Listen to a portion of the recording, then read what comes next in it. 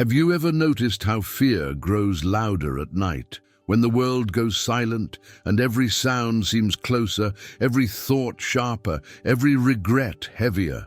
You turn off the lights and suddenly it's not just darkness around you, it's darkness inside you, the kind that whispers questions you've been running from all day.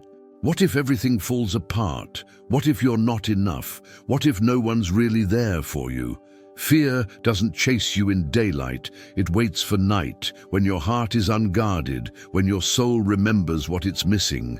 And that's exactly when the Qur'an begins to speak. Few people know this, but the Qur'an reveals something extraordinary about why fear visits at night. It's not random, it's not weakness, it's a divine reminder, an invitation to listen. Because in those quiet hours, when the noise of the world fades, Allah calls your heart back to Him. The night isn't your enemy, it's your teacher. It's where your soul wrestles with shadows so it can rediscover the light. But most people don't understand that. They fight the night, they numb the silence, they scroll through distractions, trying to escape what's chasing them. Yet what if that fear is not chasing you to harm you, but to heal you? There's a reason the Qur'an speaks of the night as both a veil and a sign. There's a reason the prophets faced their deepest fears not under the sun, but under the stars. What happens in the night reveals who you are when everything else disappears.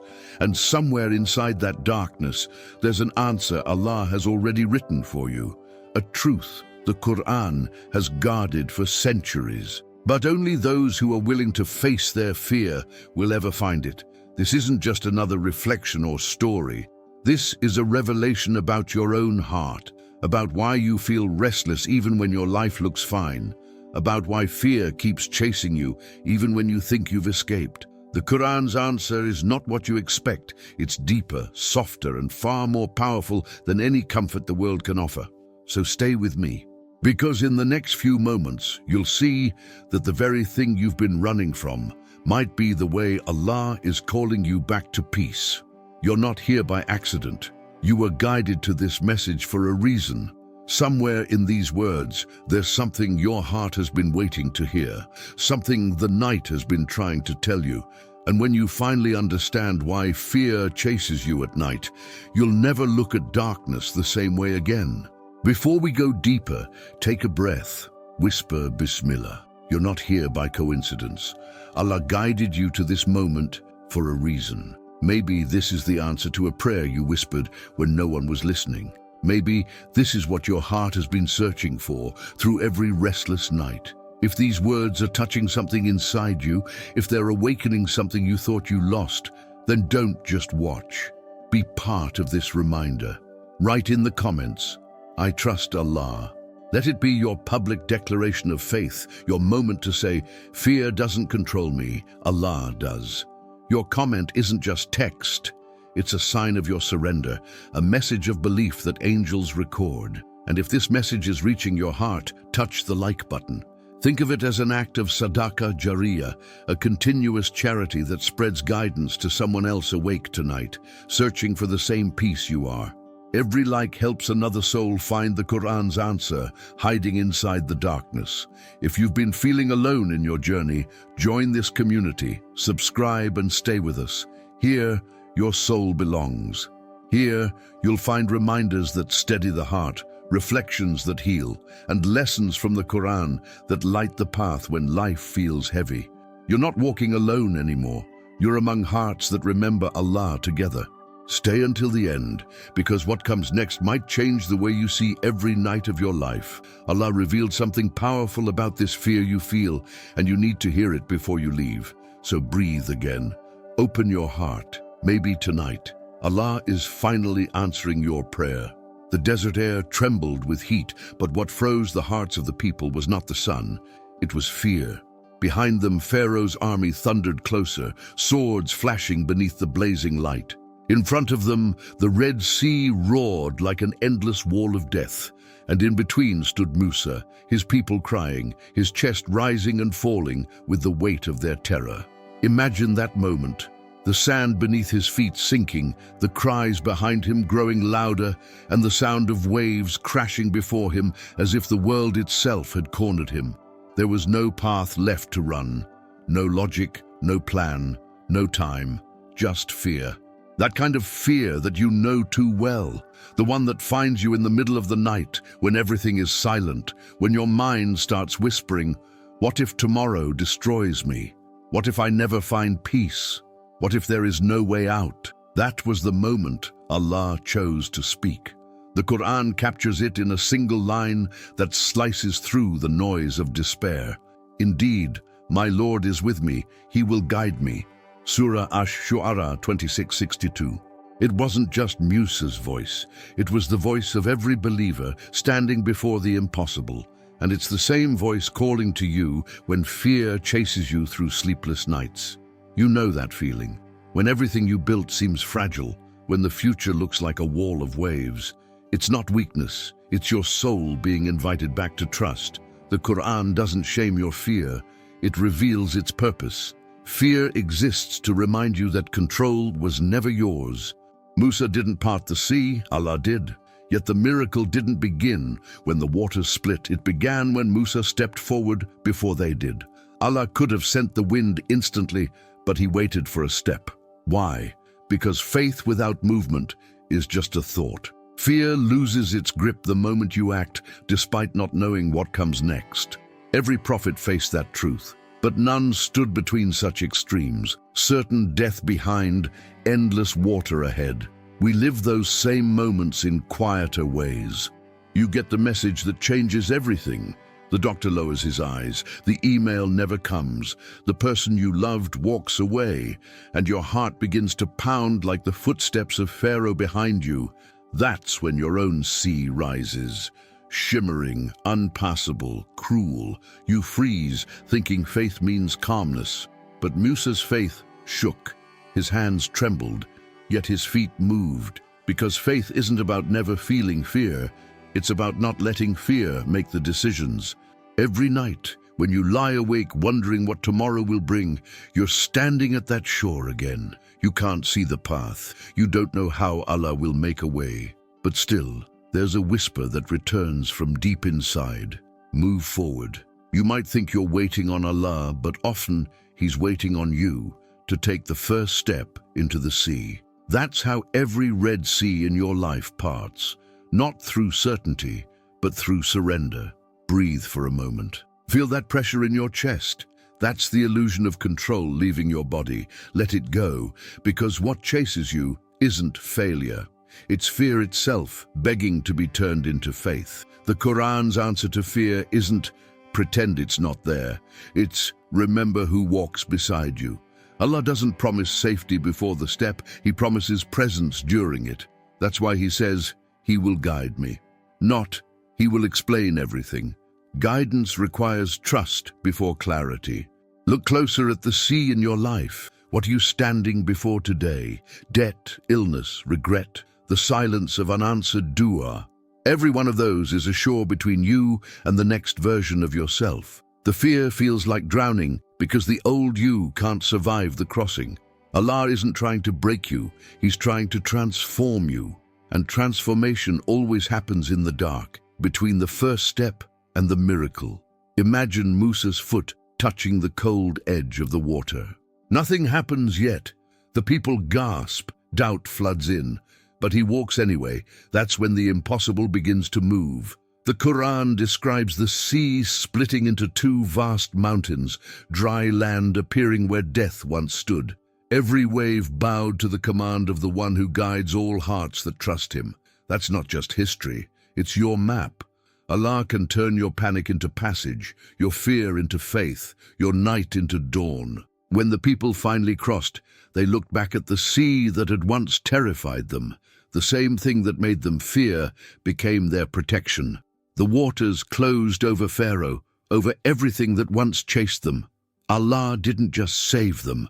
He silenced what had been haunting them for years. Sometimes the thing you fear most is the very tool Allah uses to set you free. So what if the unknown isn't your enemy? What if fear itself is mercy in disguise? Maybe Allah allows it to chase you, not to punish you, but to bring you closer, to push you to that one final step of surrender.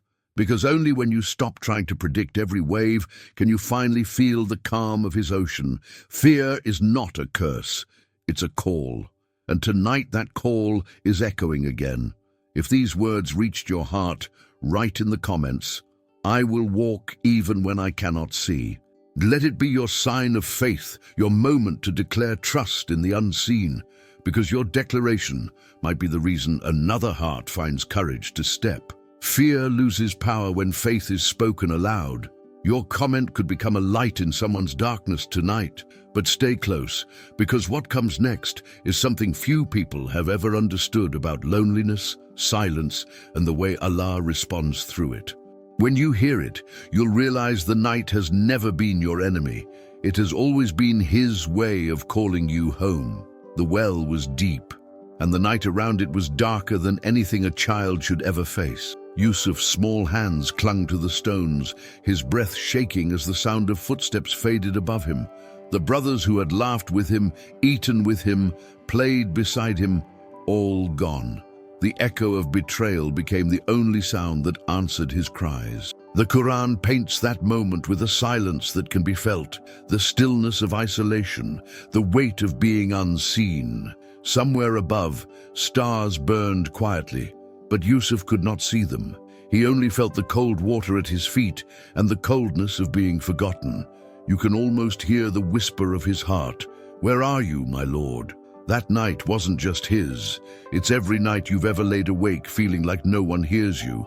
You know that emptiness that creeps in when the world grows quiet. The loneliness that doesn't come from being alone in a room, but from feeling invisible in life. It's the same shadow that follows so many souls through the night, the fear that no one really sees them, not even Allah. But that's where the Qur'an begins to speak again, answering the ache that no one else can touch.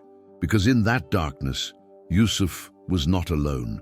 Allah says, "Allah is the best guardian, and He is the most merciful of the merciful." Surah Yusuf 12:64. Loneliness doesn't mean you've been abandoned. Sometimes it means you've been chosen. Allah isolates hearts to reveal what company truly means. The well that Yusuf fell into was not a punishment. It was a classroom. The stillness of the water reflected something he could not have seen otherwise, the face of a boy who still had purpose even when no one was watching. Every time you lie awake feeling like no one understands, remember, Allah does His most delicate work in the quiet. The same way He lowered Yusuf into that well, He lowers you into moments of silence so that you can hear Him again. But here's the truth that most people never realize. Loneliness can be a mercy disguised as pain. Because when you lose everyone else's attention, you gain Allah's. When no one answers your messages, you begin to speak directly to Him. That is the transformation of the soul, from depending on people to depending on the one who never leaves. The night may seem cruel, but it is the time Allah descends closest to the hearts that call on Him. What you think is silence is often the space Allah creates to bring your heart nearer. Have you ever noticed that some of your deepest prayers were whispered through tears? That you understood the Qur'an most when you were desperate for comfort? That's because pain strips away pride. Loneliness removes the noise. When you have nothing left to distract you, you finally hear the voice that's been waiting all along. And in that moment, the same fear that chased you at night becomes the sign that Allah is closer than ever. It's not weakness to feel unseen. Even the prophets cried in the dark. What matters is what you do with that feeling. Yusuf didn't curse the night. He waited for dawn. He didn't stop believing in mercy, even when mercy seemed delayed. And that's why Allah raised him, not despite his loneliness, but through it. Every heart that trusts while it's unseen is being prepared for elevation. What if that's what's happening to you right now? Look at your own well, the job that ended, the relationship that broke, the silence of unanswered prayers. They all look like empty pits, but if you could see what's being written for you above, you'd cry out of gratitude instead of grief. Allah's mercy is not always loud. Sometimes it's hidden beneath the surface, waiting to be drawn up when the time is right. If you've ever felt alone, write in the comments, "Allah sees me even in the dark." Let it be your testimony, your reminder to yourself and others that no moment of isolation is wasted. Every word you type could remind another soul that being unseen by the world doesn't mean being unseen by the Creator. Your comment may reach someone whose heart is still trapped in their own well, showing them that light still finds its way down.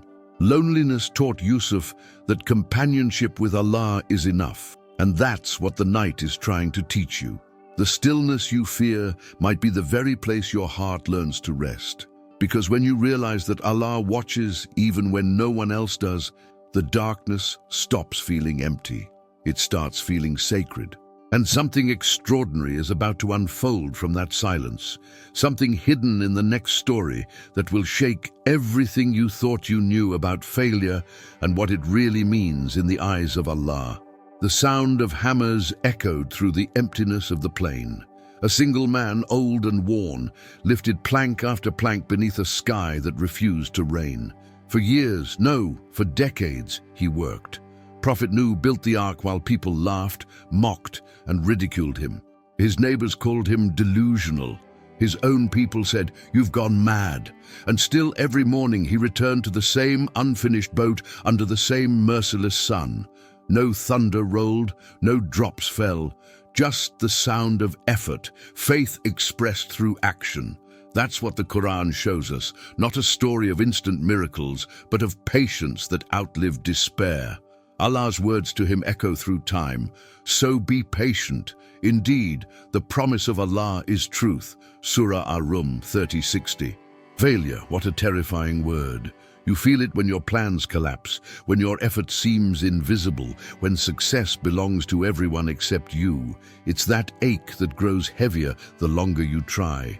It visits at night like a ghost, whispering, "You're wasting your life. You'll never make it." And you start believing that the silence of results means the absence of divine help. But the Qur'an tells a different story. It reminds you that Allah delays, not to deny, but to develop. Nuh's life wasn't a tale of speed, it was a test of endurance.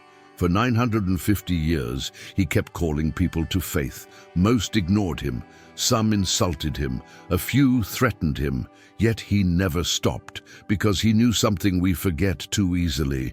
Effort is never failure when it's for Allah. We live in an age that worships instant results. Everything must happen quickly, success, recognition, peace. But the unseen world doesn't obey human timing. Faith is built in the waiting, not in the winning.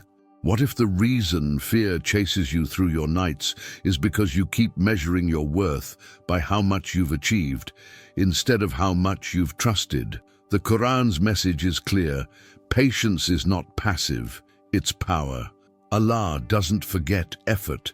He multiplies it in silence until the time is right. Think of the Prophet hammering alone while laughter echoed around him. Think of the nights he went to bed exhausted, hearing nothing but the sound of his own faith telling him to keep going. What would have happened if he had stopped one day before the first raindrop fell? Sometimes your greatest blessing is hidden one sunrise away from your surrender. The ark wasn't built overnight, and neither are you. Allah shapes your destiny with the same slow precision He used to build the flood. You can't rush the rain. You can only build the ark. Maybe you've been trying to fix something for years, a dream, a relationship, a part of yourself. You've poured your heart into it, but nothing changes. You look around and see others succeeding and you ask, "What's wrong with me?" But what if nothing is wrong? What if Allah is using this delay to make your heart unbreakable? What if every failed attempt is actually faith in motion? Proof that you still believe in His promise even when your timeline has collapsed? Indeed, the promise of Allah is truth. Let that sink in.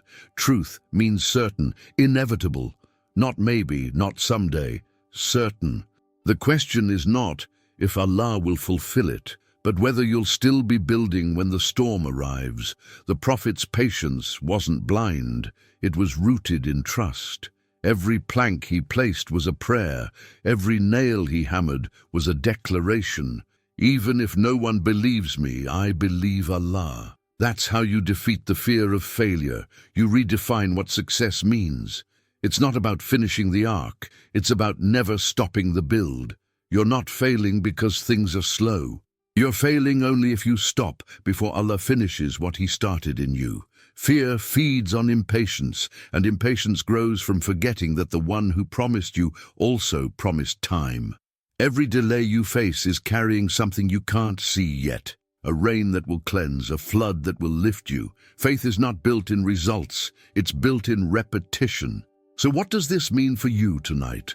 When fear comes whispering again that your effort doesn't matter, it means you remember Nuh's story and you tell yourself, I will keep building. Even if no one sees me, Allah sees. Even if no one claps, the angels record. Even if the world calls it failure, the Qur'an calls it sabr. If this message touched your heart, write in the comments, I'll keep building my ark. Make it your statement of faith. Let it echo in this space as a sign that you choose patience over panic, faith over fear. And if you felt something awaken inside you, touch the like button as an act of sadaqah jariyah. Each like spreads this reminder to another soul drowning in self-doubt. Share this message so it reaches someone who's on the edge of giving up. Your small action might become the reason they find hope again. Because when the rain finally comes, when the storm you feared becomes the one that saves you, you'll understand that Allah never let you fail. He was building something greater through every quiet night of uncertainty. And what comes next will show you how even the heaviest guilt can be turned into mercy when seen through His promise. The garden was still, the light of paradise shimmering softly through the trees. Adam walked through it with peace in his heart, surrounded by abundance, never feeling hunger, thirst, or fear. But then came the whisper, the kind that slides between thoughts, the kind that sounds almost reasonable. Shaitan's voice didn't shout, it soothed. Your Lord only forbade this tree so you wouldn't become angels or live forever. For a moment, curiosity silenced caution. Adam reached out, and the fruit met his lips. It was over in an instant, but it changed everything. The softness of paradise turned to the harsh ground of earth. The light dimmed, and Adam felt the weight of something entirely new, guilt. The Qur'an captures that moment of raw humanity in words that still tremble through time. Our Lord, we have wronged ourselves. If you do not forgive us and have mercy upon us, we will surely be among the losers. Surah Al-A'raf 7:23. That's where the story begins, not with sin, but with awakening. Because guilt, when misunderstood, becomes poison.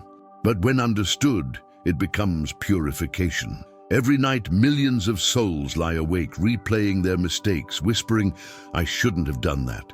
I can't forgive myself. You can feel it pressing against your chest, the fear that Allah won't forgive you, that you've gone too far, that the door has closed for good. That fear chases you not because Allah turned away, but because your heart is begging you to turn back. Think of Adam's moment on earth, the silence after the fall, the realization that he could never undo what had happened. That's the same silence that visits you when you remember what you wish you could forget. But what did Adam do in that silence? He didn't hide, he didn't blame, he spoke. His first act after the fall was not despair, it was dua. His first words were repentance. That's the secret hidden in his story. The first human mistake was met not with rejection, but with divine mercy. The Qur'an doesn't begin with punishment, it begins with forgiveness. Yet how often do you believe the opposite? How many nights have you told yourself that your past defines you, that your sin disqualifies you from peace? That's the lie of Shaitan, the same whisper that led Adam astray. Shaitan's victory was never the bite of the fruit. It was convincing Adam to think Allah wouldn't forgive him. That's still his goal with you. Because if he can make you believe you're unforgivable, he wins twice. First through the sin, and then through the despair that follows. But Allah calls you to the opposite direction. Every verse of mercy, every name of compassion, every night that He lets you breathe is proof that He's still inviting you back. Sometimes the reason fear follows you into the night is because guilt has no place to rest. You keep trying to silence it with distraction, with noise, with busyness, but guilt doesn't disappear until it's transformed. Allah doesn't want you to erase it. He wants you to use it. Because when guilt leads to astaghfirullah, it becomes light. It's the soul remembering that it can still return home. Adam's fall wasn't a tragedy, it was a map. Allah wanted to show humanity that even when you fall from the highest point, the door back to Him never closes. Look at your own heart. The mistakes you regret, the things you hide, the nights that hurt to remember. Do you really think Allah doesn't already know every detail? And yet, you're still here, still breathing, still being called. That's not coincidence. That's mercy. The same mercy that descended on Adam is descending on you. If you do not forgive us and have mercy upon us. Adam said that not because he doubted, but because he hoped. Hope is worship. Regret is worship. Returning is worship. Allah loves the ones who fall and come back more than the ones who never stumble, because the one who comes back brings a heart polished by tears. Have you ever cried during astaghfirullah? That's not weakness, it's cleansing. The Prophet said that if you never sinned, Allah would replace you with people who did, so they could repent and be forgiven. That's how much He loves to forgive. Your guilt is not a wall, it's a bridge. And if you walk it sincerely, it leads straight to peace. If this message reached your heart, write in the comments, "I still believe Allah can forgive me." Let your words be your step out of shame and into mercy. Don't keep your guilt hidden. It becomes heavier that way. Say it, and let someone reading remember that they too can return. And if this reminder touched you, press like as a small act of gratitude and share this with someone who's been drowning in regret. You might be the reason another heart finds its way back to Allah. What Adam learned that day is the truth that heals every restless heart. Allah's mercy was written before your sin ever existed. You were never meant to be perfect. You were meant to keep returning. And what unfolds next will reveal that even the deepest pain can be the soil where divine comfort grows. The air was heavy, and the cries of a woman in labor echoed through the desert. Maryam clung to the trunk of a palm tree, her body trembling under the weight of pain, fear, and isolation. She had been righteous her entire life, pure, devoted, obedient to Allah. Yet here she was, alone, carrying a child without a husband, misunderstood by the world. The whispers of shame and disbelief haunted her even before the child's birth. She cried out, "Oh, I wish I had died before this and was in oblivion, forgotten." Surah Maryam 19:23. Her pain wasn't only physical, it was emotional, spiritual and deeply human, the kind of pain that crushes even the strongest hearts. And that's when Allah's mercy spoke through the silence of the desert. "Do not grieve, your Lord has provided beneath you a stream." Surah Maryam 19:24. Imagine that moment, the voice of comfort after the storm of despair. Water flowing gently beneath her, dates falling from the palm tree, and the reminder that she was never alone, not even in her loneliest hour. That verse isn't just about Maryam. It's about every person who has ever felt like their pain would never end. Loss, grief, heartbreak, they come like waves that drown your breath and steal your peace. But within that suffering, Allah hides rivers of mercy, waiting to surface when you surrender your tears to Him. When someone you love is gone, when a relationship ends, or when life rips something precious from your hands, it leaves a hole that nothing seems to fill. You walk through your days like a shadow, functioning, but not really alive. People tell you to move on, to be strong, to distract yourself, but your heart knows better. The Qur'an never tells you to forget your pain. It teaches you to transform it, because pain, when carried to Allah, becomes purification. Loss, when understood through faith, becomes a bridge to nearness. Mariam's cry was not a lack of faith. It was faith in its most human form, broken, honest, and surrendered. Sometimes we think being faithful means never feeling despair. But the prophets felt pain too. Mariam's anguish teaches us that crying doesn't mean you've lost trust. It means you're still alive enough to turn your tears into prayer. When she said, "I wish I had died before this," Allah didn't rebuke her. He comforted her. That's the beauty of divine love. It doesn't shame your weakness. It sanctifies it. It takes your lowest moment and whispers, "Do not grieve." Those 3 words carry centuries of healing. Think about your own loss. Maybe it was someone you loved. Maybe it was a version of yourself that you'll never get back. Maybe it was a dream that never came true. Whatever it was, the ache remains, doesn't it? But what if that ache is not punishment? What if it's proof that your heart is still alive, still capable of connection, still capable of returning to Allah? You see, love and pain come from the same place, the heart. And Allah tests the heart not to break it, but to reveal its depth. Every loss you endure carries within it a hidden mercy. Mariam didn't know that her pain would bring forth one of the greatest miracles in human history, Isa, Jesus, peace be upon him. Her suffering was not meaningless. It was preparation, and yours is too. That's the divine paradox. What feels like an ending is often the beginning of something eternal. Allah removes only to replace. He takes only to give in ways you can't yet understand. So when grief visits your nights, don't run from it.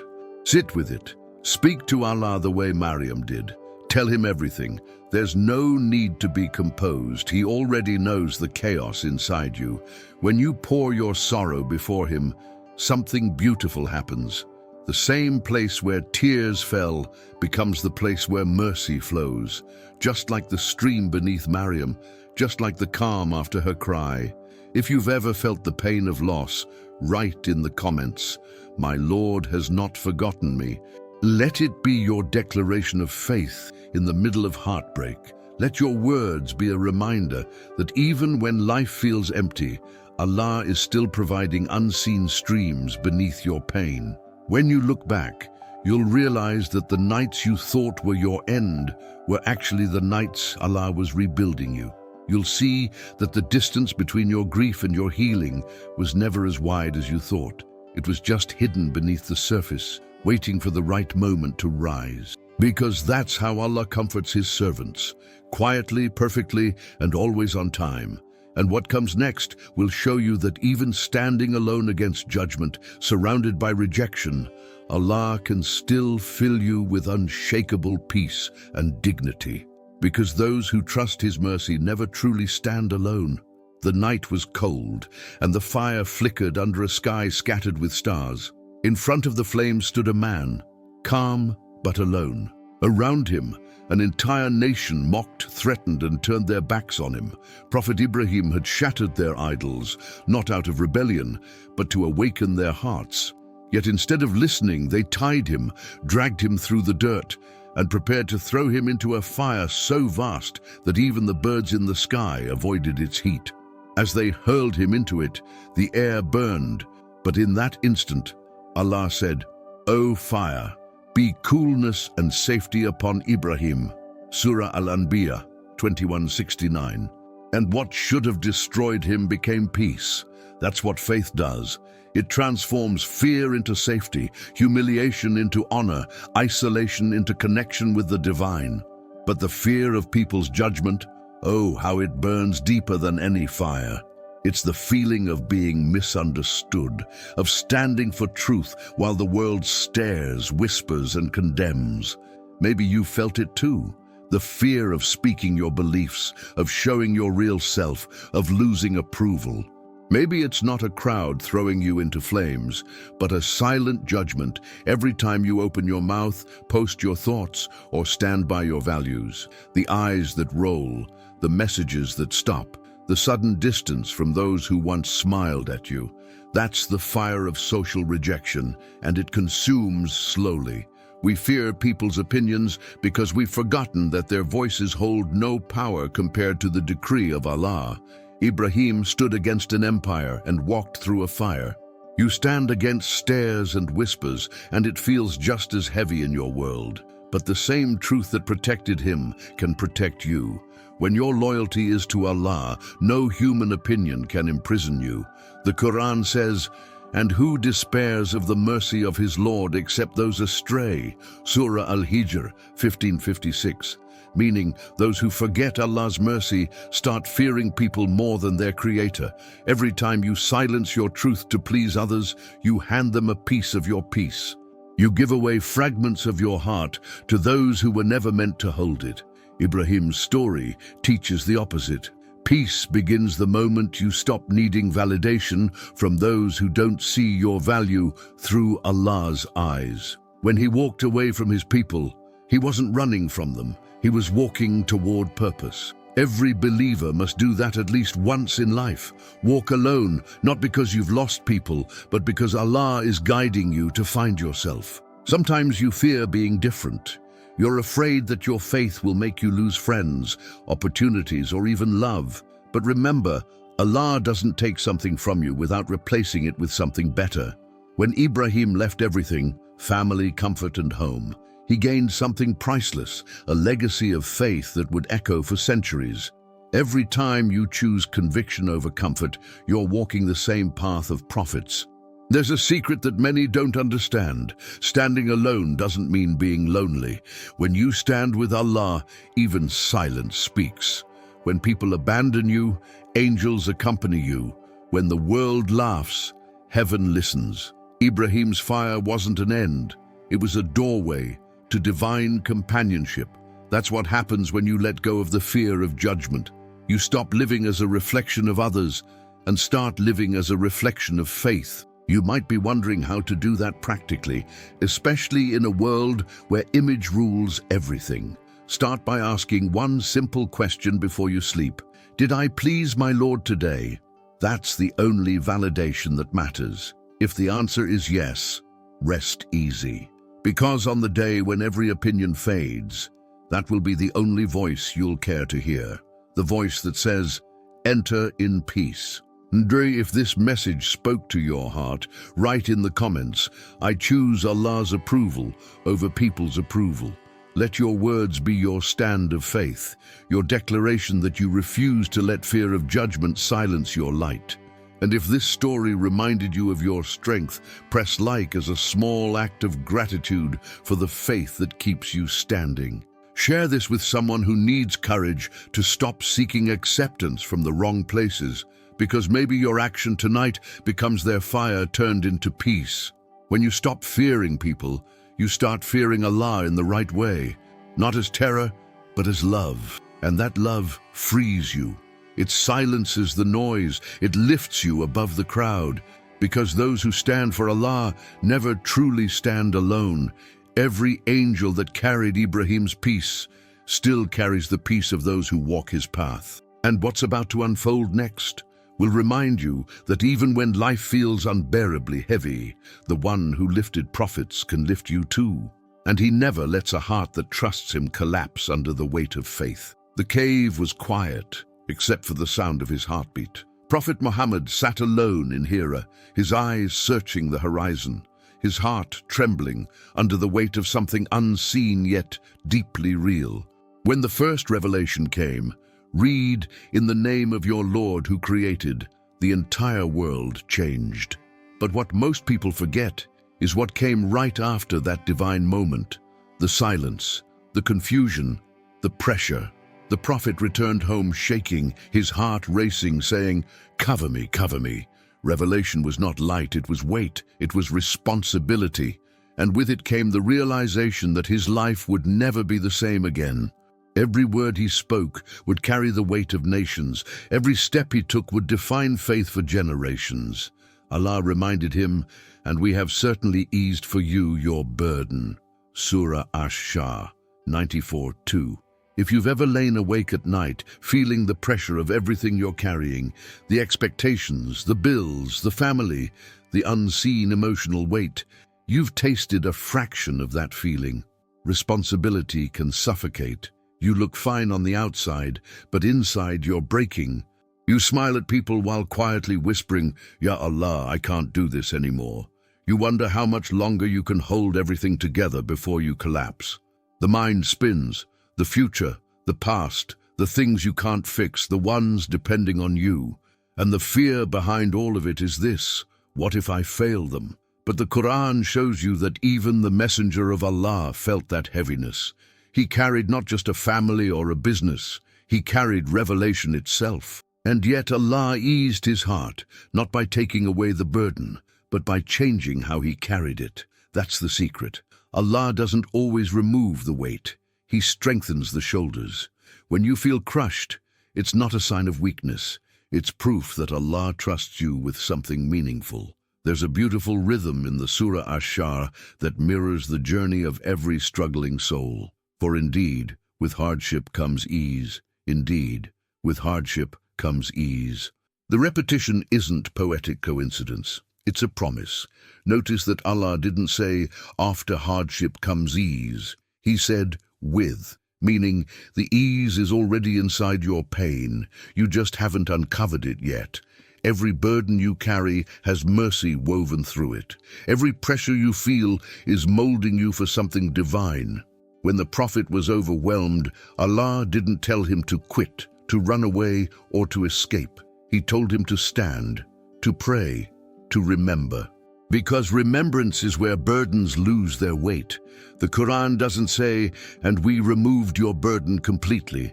It says, we have eased for you your burden. The difficulty might remain, but the heart transforms. Maybe you're listening to this because your heart feels exactly that pressure. The deadlines, the responsibilities, the endless cycle of doing, giving, and pretending you're fine. But hear this: Allah sees the load you're carrying. He sees the tears you hide when everyone is asleep. He knows how heavy your life has become, and He promises that nothing you bear for His sake is wasted. You are seen, you are sustained. Close your eyes for a moment. Imagine the Prophet, exhausted, trembling under the first revelation, and imagine Allah's words wrapping around his heart. Your Lord has not forsaken you, nor has He detested you. Surah Ad-Duha 93:3. Those words weren't only for him, they're for you too. When you feel unseen, unappreciated, or close to breaking, remember, Allah never abandons a heart that calls His name sincerely. What if the reason your burden feels unbearable is because you've been trying to carry it alone? What if all Allah wants is for you to stop pretending to be strong and start being sincere? That's the essence of tawakkul. Not laziness, but surrender. To trust that the same Lord who carried His Prophet through revelation can carry you through responsibility. You don't have to be perfect to find ease. You just have to return. Every night before you sleep, release what isn't yours to control. Whisper, Ya Allah, I leave it to you. Do it with sincerity, even through tears. That whisper can shift mountains. It can lift pressure from a soul crushed by expectations, because Allah doesn't ask you to handle everything. He asks you to trust Him with everything. If these words touched your heart, write in the comments, I surrender my burden to Allah. Let it be your statement of faith, your moment of release. And if you know someone drowning under the weight of their responsibilities, send this to them, because sometimes a single reminder can turn exhaustion into peace. Press like as a small act of gratitude for every hidden ease Allah has already given you today, even the ones you didn't notice. And share this message with someone who needs to be reminded that surrender isn't defeat, it's divine strength. When you truly surrender, something miraculous happens. The pressure doesn't disappear, but peace arrives within it. You start to breathe differently. You start to realize that everything you feared carrying alone was never yours to bear fully. Because the same one who carried Muhammad through the heaviness of revelation is the one who whispers to your heart each night, I have eased for you your burden. And as you let that truth settle, remember this. The journey doesn't end when the weight lifts. It continues when you realize you were never carrying it by yourself in the first place. The sea was black and silent, its surface broken only by the slow movement of a massive creature beneath it. Inside its belly sat a man surrounded by darkness upon darkness. The darkness of the ocean, the darkness of the whale, the darkness of his own despair. Prophet Yunus had run from his people, from his mission, from the weight of rejection. He had felt abandoned, unseen, forgotten. But when the storm came and the waves swallowed the ship, he realized the truth. You cannot escape the decree of Allah, and even in the deepest depths, His mercy finds you. There, with no light, no sound, no human voice to comfort him, Yunus whispered words that would echo through eternity. There is no deity except you. Exalted are you. Indeed, I have been of the wrongdoers. Surah Al-Anbiya 21:87. That single dua carried him from despair to deliverance. The story of Yunus isn't about punishment. It's about awakening. It's about the moment when you realize that even your lowest point can become your place of return. Because sometimes Allah doesn't send storms to destroy you. He sends them to stop you from sinking deeper into the wrong direction. How many times have you felt like you were trapped in a situation that had no exit? Like every path forward was blocked, every plan failed, every prayer unanswered? That suffocating silence. That's the wail. That's the moment Allah strips away every illusion of control so you can finally turn inward, where He's been waiting all along. Hopelessness doesn't come from circumstances.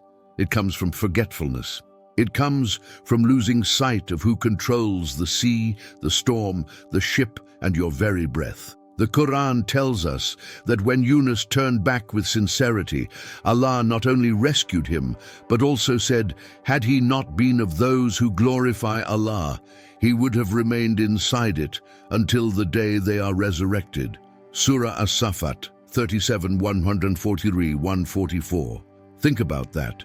One remembrance saved him from what could have been a lifetime of darkness. One sincere confession, I have been of the wrongdoers, turned punishment into purification. You and I both know that despair doesn't come all at once. It creeps in slowly, through unanswered prayers, through the weight of failure, through nights when you feel invisible even to the heavens. But the Qur'an reveals a truth that shatters the illusion of hopelessness. Despair is not from Allah. It's from Shaitan, who wants you to forget that the same Lord who heard Yunus in the belly of a whale hears you in your room tonight. Every time you say, La ilaha illa anta, you're not just reciting words, you're aligning your soul with the heartbeat of mercy itself. You see, there's a secret hidden inside the darkness. It's not the end, it's the classroom. Allah uses isolation to realign your direction. When no one can hear you, He can. When no one believes in you, He still does. When Yunus thought his life was over, Allah was preparing his comeback, stronger, purer, wiser. Maybe that's what's happening to you.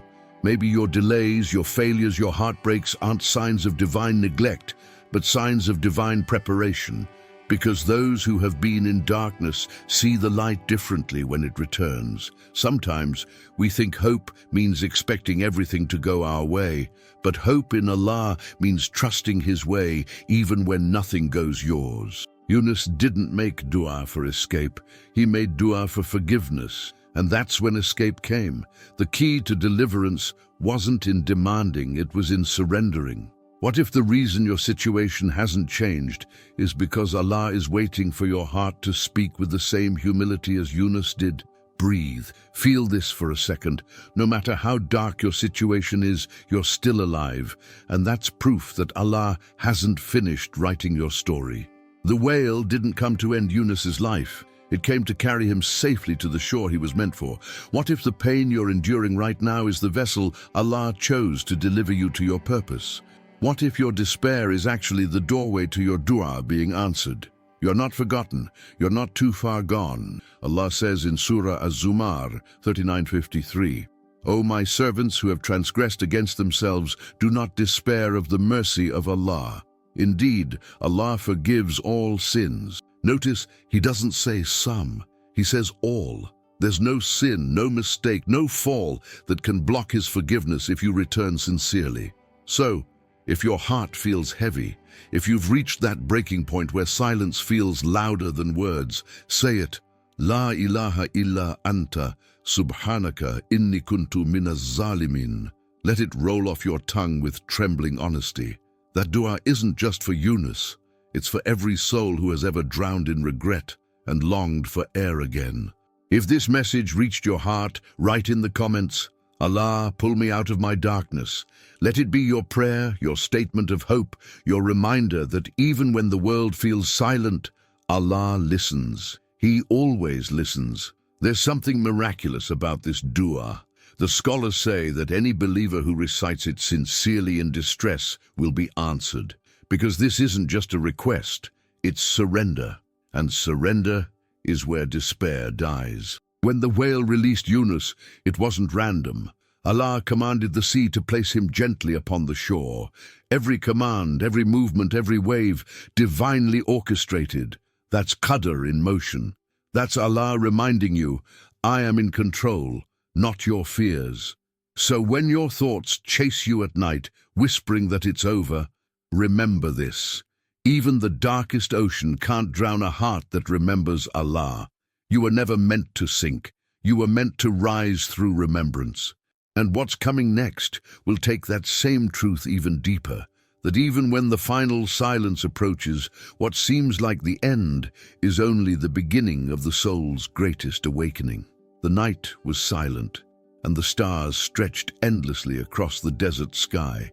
Prophet Ibrahim sat alone, staring at them, wondering, searching. In his solitude, he had once asked Allah to show him how he gives life to the dead, not because he doubted, but because he longed for reassurance. He said, "My Lord, show me how you give life to the dead." And Allah, in His mercy, asked, "Do you not believe?" Ibrahim replied, "Yes, but to put my heart at ease." Surah Al-Baqarah 2260. That single phrase, "to put my heart at ease," reveals something deeply human. Even a prophet, a friend of Allah, felt that quiet unease that creeps in when the night stretches too long, when the mind begins to whisper questions we don't dare say aloud. Fear of death is rarely about dying itself. It's about the unknown, about wondering where the soul goes, about leaving behind the people we love, about the silence that follows our final breath. The Qur'an never mocks this fear. It soothes it. Ibrahim didn't hide his question. He brought it to Allah, because faith doesn't mean the absence of fear. It means knowing where to bring it. Many people lie awake in that same silence, just like Ibrahim did. The fear creeps in. What happens after all this ends? Will I be alone? Will I face punishment? Did I live enough, pray enough, love enough? That dread, that unease, it's universal. But the Qur'an teaches something extraordinary. The one who created death also created it with purpose. It's not chaos, it's transition. Allah says, "He who created death and life to test you as to which of you is best indeed." Surah Al-Mulk 67:2. Death isn't destruction, it's direction, from this world to the next. When Ibrahim asked his question, Allah didn't scold him for wanting certainty. Instead, He showed him. He told him to take 4 birds, to call them after he had scattered their pieces across the mountains. And when Ibrahim called, they came flying back, whole, alive, responding to his voice by Allah's command. In that moment, the message was clear. The same power that reassembles life from fragments will resurrect you too. And not only your body, your hope, your peace, your faith. Sometimes the fear of death is not about the afterlife, but about not having lived enough in this one. You sense time slipping through your fingers, days blending into nights, and you start to wonder what all your striving was for. You think of things left unsaid, du'as left unanswered, dreams left unfulfilled. But maybe the purpose was never to achieve everything here.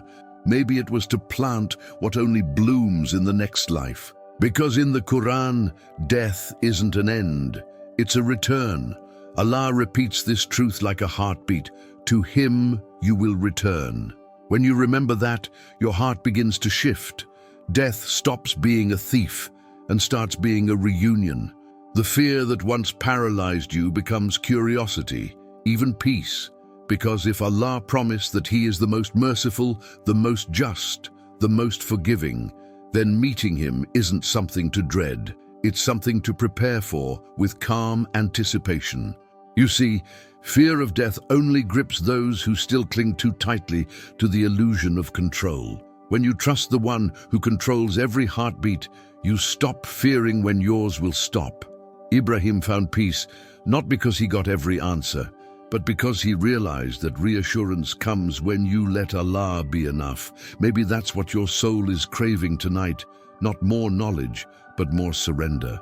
Close your eyes for a second and imagine it. The same Lord who brings rain to dry land, who revives trees that look dead, who pulls life from what was lifeless, will do that to you. To your body, yes, but also to your heart. Every moment of despair, every tear you shed, every night you couldn't sleep, none of it was wasted. Allah doesn't just resurrect the dead, He resurrects broken hearts too. If this message touched your soul, write in the comments, "My heart rests with Allah." Let that be your statement of peace, your reminder that death is not the end, but the doorway to divine reunion. And if this story brought you comfort, press like as a sign of gratitude and share it with someone who fears the silence of the night. Because maybe through you, they'll find ease in the remembrance of Allah. When you start to live with this awareness, you begin to die differently, not in fear, but in trust. You realize that the true death is not when your heart stops beating, but when it stops remembering Allah. And if your nights are filled with fear, maybe it's because Allah is inviting you to remember Him more deeply. The Qur'an says, "Those who believe and whose hearts find comfort in the remembrance of Allah, indeed, in the remembrance of Allah do hearts find rest." Surah Ar-Ra'd 13:28. So the next time fear of the unseen keeps you awake, whisper to yourself, "My Lord, put my heart at ease." Because that's what Ibrahim asked, and Allah answered. He always does. And the next truth waiting to be revealed will pierce even deeper, because beyond death, beyond silence, beyond every unanswered prayer, there lies the reminder that Allah never forgets the one who calls on Him sincerely. The old prophet sat in his quiet room, the air still, his heart heavy with years of unanswered prayers. Prophet Zachariah had grown old, his hair white, his hands trembling, his voice faint. Yet one thing remained strong, his faith. Every night he whispered the same dua, the same plea, even when the silence of the heavens seemed endless. "My bones have weakened," he said, "and my head is filled with white. But never, my Lord, have I been disappointed in my supplication to you." Surah Maryam 19.4. It is perhaps one of the most tender, most human moments in the Qur'an. A man of faith confessing both his exhaustion and his unwavering hope. Zachariah's story is not about a miracle child. It's about waiting, the kind of waiting that breaks you, shapes you, and then reveals what patience truly means. He asked for a son not out of selfish desire, but to continue the message of truth, to leave behind a legacy of light. And yet, year after year, nothing came. The world would have said it was too late. His body said it was too late. But the Lord of Time never says it's too late. And when he whispered that same dua one more time, not louder, not more eloquently, but with that same quiet surrender, the angels called to him while he stood in prayer, saying, "Indeed, Allah gives you good news of Yahya." Maybe that's where you are right now, in that silent space between asking and receiving. You've prayed, you've cried, you've done everything right, and still nothing seems to move. The night feels heavy and the whispers begin. Maybe Allah has forgotten you, maybe your voice doesn't reach him. But the Qur'an responds with a thunderous truth. Your Lord has not forgotten you, nor has he forsaken you. Surah Ad-Duha 93:3. Every prayer, every sigh, every tear you've shed is recorded, held close, waiting for its divine moment to bloom. Silence is not absence. Delay is not neglect. Allah's timing is not late. It's layered with wisdom your heart can't yet see. Sometimes he delays to protect you from something that would have broken you. Sometimes he delays to prepare your soul to receive something greater than what you asked for. And sometimes he delays to draw you closer, because without the waiting, you might never have truly known him. Faith isn't tested in the answered prayers. It's tested in the pauses. It's easy to trust Allah when things fall into place. But can you trust him when everything stands still? That's the real question. Can you still say, Alhamdulillah, when nothing changes, believing that even silence carries his mercy? Zachariah didn't receive his answer because he shouted louder. He received it because he never stopped whispering.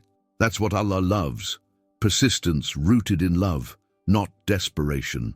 There's a sacred kind of beauty in praying through the silence. It transforms you. It softens the edges of your ego and opens the deepest chambers of your heart. Every unanswered dua polishes your soul until it reflects sincerity. You begin to pray not for outcomes, but for closeness. You stop asking, when will you give me what I want? And start asking, how can I love you better while I wait? And that's when Allah answers. Not always with what you expect, but always with what your soul truly needs. Maybe your dua isn't about a child like Zachariah's was. Maybe it's about healing, or forgiveness, or companionship, or peace. Maybe it's something you can't even put into words anymore. But remember, the night is when his mercy descends nearest to the earth. The very hour when your fears feel the loudest is the same hour when his mercy is closest. That means the silence between you and your Lord is never empty. It's alive with angels, writing your patience, your tears, your whispered, Ya Allah. What if the silence isn't punishment but preparation? What if Allah's delay is his way of saying, I'm crafting something perfect, just wait. You see, when the angels came to Zachariah with the news of Yahya, he was so stunned that he asked, how can I have a son when I am old and my wife is barren? He didn't doubt, he simply marveled. Because when Allah finally answers after long silence, it's often in a way that leaves you speechless. If this message touched your soul, write in the comments, Allah never forgets me. Let it be your declaration of trust. Let it be your moment of renewal. And if someone in your life has been praying for something for a long time, share this with them.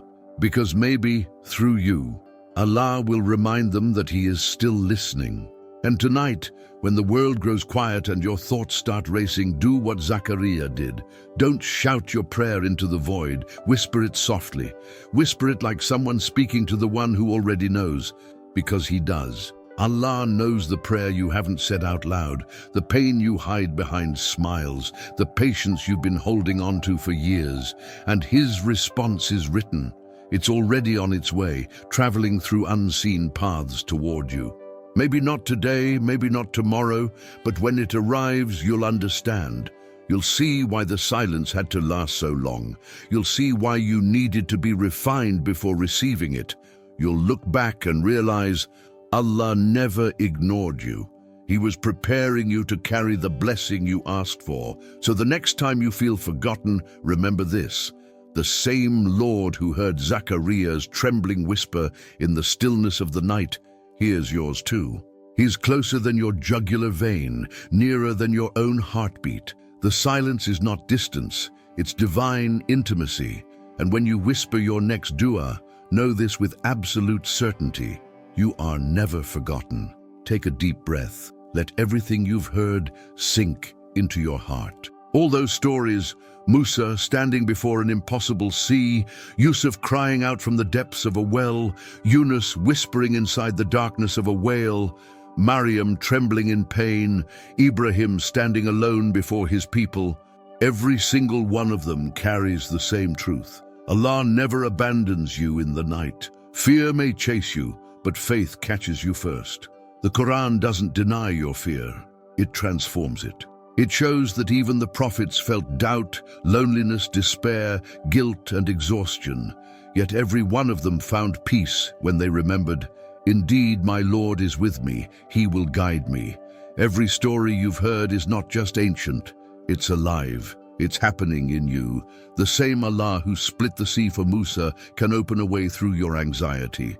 The same Lord who heard Yunus from the ocean's belly hears your whisper through your tears. The same mercy that comforted Maryam in her pain is surrounding you right now, even if you can't feel it yet. This isn't just storytelling. It's a reminder that you were never meant to face the darkness alone. Every fear that hunts you at night is an invitation to return to the one who brings dawn after every shadow. If you felt the heaviness of life, the burden, the silence, the endless waiting, understand this: Allah is not ignoring you. He's teaching your heart to hear Him beyond words, to see Him beyond proof, to trust Him beyond logic. That's what sabr really means. Not just patience, but surrender. To say, Ya Allah, even when I don't understand, I still trust you. And that trust is what turns pain into purification, fear into faith, and despair into light. So before we pray together, prepare your heart. This is your moment of release. Wherever you are, close your eyes. Let the noise fade. Lift your hands softly, not in ritual, but in surrender. Imagine every fear, every wound, every unanswered dua resting on your palms. Feel how heavy they are, and know that you don't have to carry them anymore. Now whisper with me, Ya Allah, you are the light of the heavens and the earth. You are the one who calms storms, heals hearts, and brings peace to restless souls. Tonight, we surrender to you. Ya Allah, remove the fear that chases us in the dark. Take away the anxiety that eats at our hearts. Replace our worry with trust, our confusion with clarity, our restlessness with your peace. Forgive our mistakes, the ones we hide, the ones we regret, the ones we repeat.